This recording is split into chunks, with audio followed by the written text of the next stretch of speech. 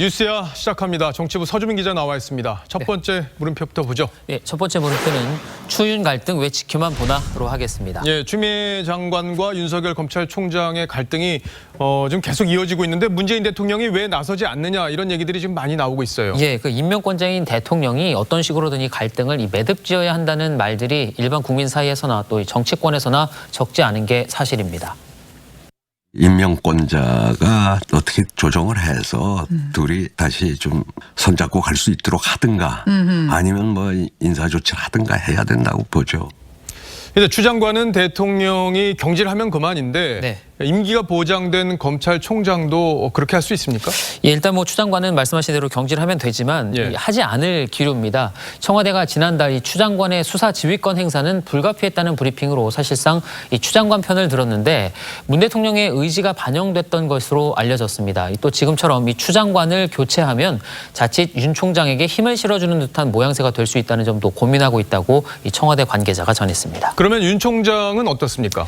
임명권자가 역시 대통령인 건 맞습니다. 하지만 이 임기가 2년으로 보장이 돼 있어서 대통령도 마음대로 경질할 수는 없습니다.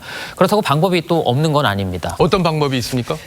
검사는 이 탄핵이나 금고 이상의 형을 선고받는 경우를 제외하고는 파면되지 않고 또 징계 처분이나 적격 심사에 하지 않고는 해임이나 면직, 또 퇴직 처분 등을 받지 않는데 이를 거꾸로 얘기하면 탄핵에 의한 파면 또 중대 잘못으로 징계 처분을 받으면 해임할 수 있다는 얘기가 됩니다.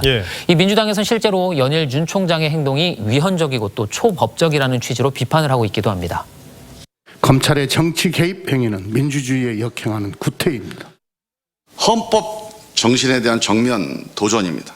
이것은 헌법을 흔드는 일이고 국민 주권의 정면으로 배신하는 일입니다. 그러니까 민주당 주장대로 윤석열 총장이 저 정도로 잘못하고 있다면은 탄핵을 할 수도 있는 거 아닌가요? 그 검찰총장은 국회의원 재적수의 그 과반수만 찬성해도 이 탄핵안이 가결이 됩니다. 거대 여당인 민주당이 마음만 먹으면 충분히 탄핵 소추안을 통과시킬 수가 있다는 거죠. 다만 최종 파면 여부는 헌법재판소가 정하는데 이 중대한 위법 사유가 없는 한 헌재가 윤 총장을 파면할 가능성은 높지 않다는 게 법조계의 시각입니다. 노무현 전 대통령의 탄핵안이 국회를 통과했을 때도 이제 헌재가 중대한 사유가 아니라는 이유로 기각 결정을 했었는데 어쨌든 민주당으로서는 이런 정치적 부담이 클 수밖에 없다 이런 판단을 하는 것도 있겠어요. 그렇습니다. 민주당이 윤 총장 비판에 열을 올리고는 있지만 이 정작 탄핵 움직임을 보이지 않는 것도 그 같은 이유로 보입니다. 다만 추미애 장관이 윤 총장에 대한 감찰을 계속하는 건 징계를 위한 명분을 찾기 위한 것이란 해석도 있습니다. 참 난리통입니다. 첫 번째 물음표 정리해보죠. 첫 번째 물음표. 추윤 갈등 왜 지켜만 보나의 느낌표는 신물나는 싸움 구경으로 하겠습니다. 이게 옛말이긴 하지만 싸움 구경이 제일 재밌다고는 하는데 이 두 사람의 싸움은 이제 국민들 보기도 좀 지쳤다는 생각이 듭니다. 저도 재미없습니다. 자, 두 번째 물음표로 가보죠. 두 번째 물음표는 전태일 공방에 묻힌 52시간제로 하겠습니다. 국민의힘 윤희숙 의원 그리고 진중권 전 교수 그렇게 보이는데 삿갓을 쓴 분은 누구인가요? 진인 조은산 씨입니다. 조은산 씨. 그 국민의힘 윤희숙 의원이 그 중소기업의 현실을 언급하면서 내년 1월로 예정된 주 52시간제 이 전면 적용을 코로나 극복 이후로 연기하는 게 전태일 열사 정신이라고 말했다가 진 전 교수와 또 민주당 등으로부터 문매를 맞고 있습니다. 윤 의원은 이미 도입된 만큼 경제적 충격을 최대한 줄이자는 게 주장의 핵심이었는데 굳이 전태일 열사를 언급해서 이 엉뚱한 이념 논쟁을 좀 자초한 측면도 있습니다. 이런 상황에서 말씀하신 이 조은산 씨도 윤 의원에게 공개 질문을 던지면서 공방에 뛰어든 겁니다. 어떤 질문이었습니까? 먼저 조은산 씨는 그 자신을 배달 또 건설 현장 노동자, 주방 보조 등 육체 노동의 화신이자 또 초과 근무 수당에 목매는 두 아이의 아빠라고 소개를 했습니다.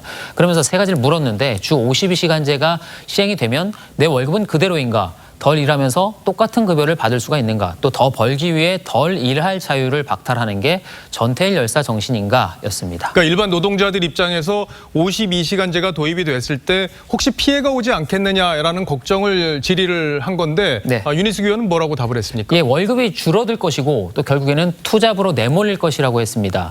이 주장은 윤 의원이 자신의 책이죠. 이 정책의 배신에서 주장했던 내용이기도 합니다. 그런데 윤 의원은 이 책에서 이미 전태일 재단이 논란이 있는 창신동 봉제 공장의 예를 들면서 주 52시간제의 문제점을 지적했습니다. 경제성이 높고 또 근로자들의 근무 환경도 좋은 대기업과는 달리 여전히 생산성이 낮은 채로 머물러 있는 경제 부문이 존재한다고 한 겁니다. 그러니까 최초에 이걸 52시간제를 도입하면서 중소기업에 대한 유예 기간을 둔 게 어떤 그런 예상치 못했던 피해를 줄이기 위해서 그 적응 기간을 갖기 위해서 그렇게 했던 건데 어쨌든 전태일 열사를 이번에 갑자기 불러들인 건 아니네요. 그렇게 볼 수 있죠. 이 유니온은 궁극적으로 이런 업체들도 생산성을 높여서 이 근무 환경을 개선해야 하지만 갑자기 52시간제를 준수하라고 강요하는 것은 이 사업을 접으라는 것이고 또 결국 그 피해는 노동자가 보게 된다고 주장했습니다. 이 제도의 유연성이 필요하다는 건데 박영선 중기벤처부 장관도 지난해 비슷한 취지로 말한 바가 있습니다. 주 52시간제 저도 그거 투표했습니다. 그래서 저도 스스로 많이 반성하고 있는데요. 이것은 좀 더 국회에서 심도 깊은 논의를 했었어야 하고 통과시키면서 예외 규정을 많이 뒀어야 하는구나. 저렇게 국민 다수에게 적용되는 법을 통과시켜놓고 후회를 한다고 하면은 좀 무책임하게 들릴 수도 있는 건데 어쨌든 코로나 위기 상황 이게 또 변수가 되고 있긴 합니다. 두 번째 물음표도 정리해보죠. 두 번째 물음표 전태일 공방에 묻힌 52시간제 느낌표는 저녁 먹을 수 있는 삶으로 하겠습니다. 이 노동시간 단축으로 저녁에 있는 삶을 보장받는 것도 중요하지만 이 정책 충격에 취약한 영세 또 중소업체의 경우에 저녁조차 먹을 수 없게 되는 부작용이 생길 가능성은 혹시 없는 건지 이 전태일 열사 공방보단 현실적인 보완책 논의를 좀 더 치열하게 해주셨으면 좋겠습니다. 윤희숙 의원이 5분 발언으로 이제 전세 대란을 예언했었고 이게 실제 현실화됐잖아요. 정부가 이번에도 부작용을 줄이기 위해서 어떤 고민들을 하는지 좀 더 지켜봐야겠네요. 잘 들었습니다. 지금까지 서주민 기자였습니다.